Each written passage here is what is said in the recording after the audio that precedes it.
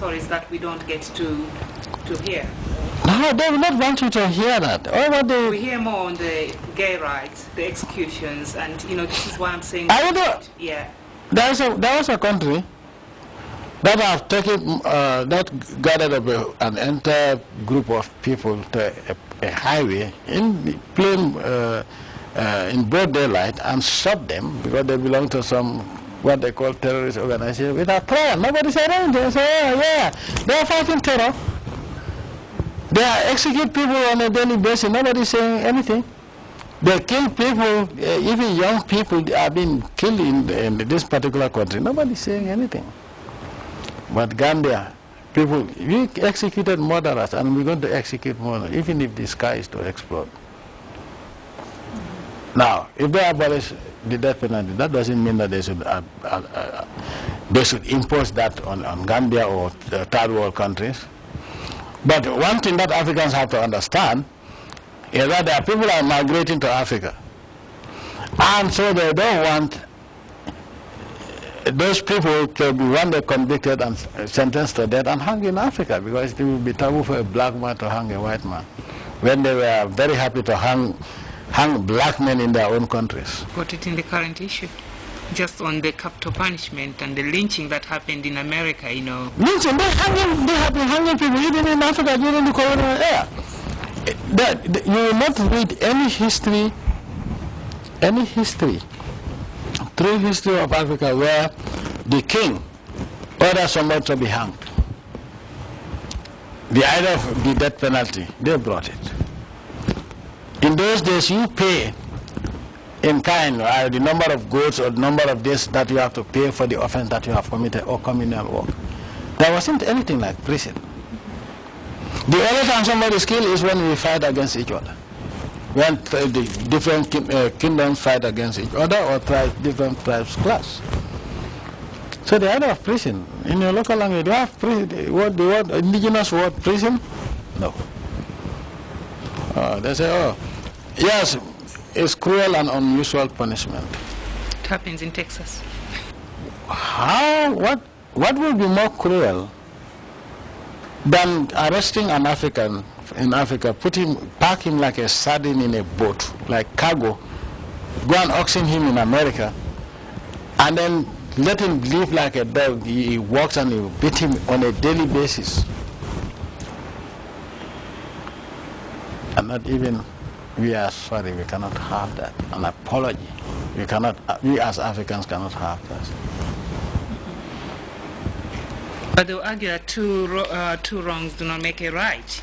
So, okay, now, why do the British think that they can be teachers of democracy to Africa? After looting the whole world and killing so many people, after the outrageous massacres they carried out in India, in Eastern Africa, and robbing up people of their wealth, they killed thousands of Indians.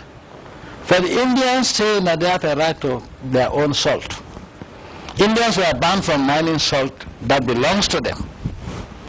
A British company have to mine it, use Indians to mine it, and then they will sell it to the Indians. They have forgotten that. First of all, when I was just being driven in, I saw the arch and the wording there where it says, behind every man is, a successful man is a woman. And I wanted to know, I know Gambia has done a lot in terms of, empowering women, and whether that is, how is the gender parity in the running of the country, the Gambia, since you came into power? Normally, you don't ask a woman how old she is. And I respect that. Though this is not, that is not an African issue. But this new vocabulary, gender parity. Yes. During the colonial era, nobody talked about gender parity in Africa.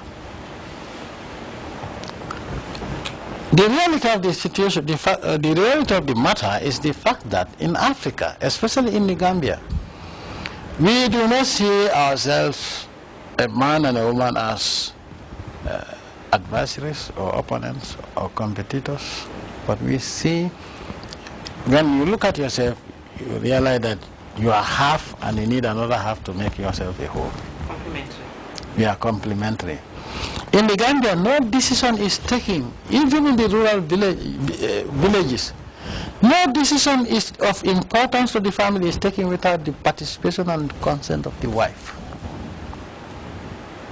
That has always been there, and unfortunately today they tell you, the African woman, that you are disenfranchised, you have not been empowered, or you don't have land. That's what they tell you. Women do not have access to land. In fact, the African woman, especially in Gambia, is the luckiest woman, because from your paternal side, that's your dad, your dad's landed assets, you have a share of it. Now, when you get married to another family, into another family, your husband's landed assets, you also have a share of it. So you have two shares, whereas the man has only one share. If you understand what I mean. So, for the Gambia, the issue of gender is not an issue. It has never been an issue, and it will never be an issue, because people, most of these NGOs are created to make money at the expense of Gambians, Africans. Unfortunately, and then we tend to encourage them. So, I have the longest serving vice president in the world. In the Gambia, thank God, we don't have girls disappearing only to appear dead somewhere in a forest. And they say we have no respect for African women. In the West, women are being raped, women are being killed, children as young as 9 are kidnapped and forced into marriage, and they will not see the light of the day until they are 21 years old and somebody rescues them. In Africa, I speak about the whole of Africa, the number of women that die daily at the hands of men is 10 times less than the number of women that die at the hands of men in the West.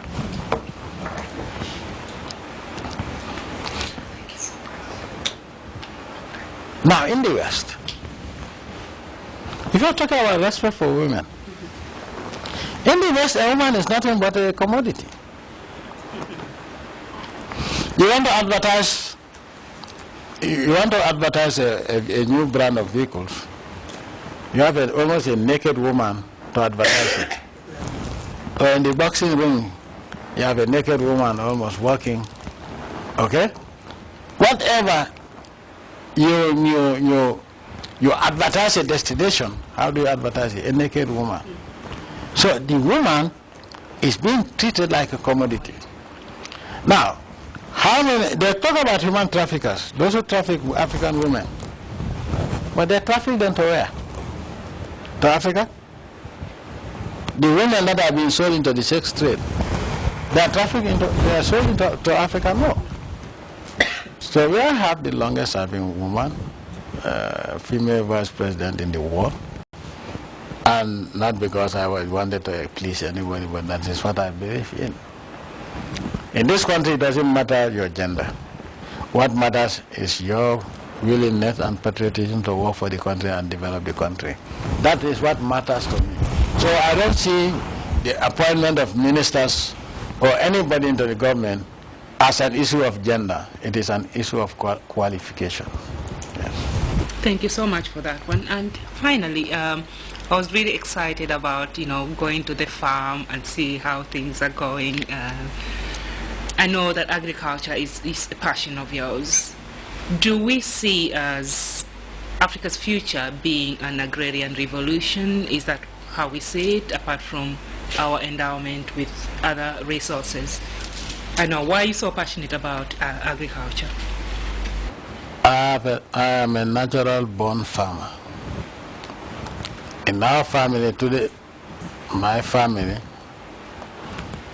from my age upwards, only 2 of us have been to school. The rest have always been farmers. So farming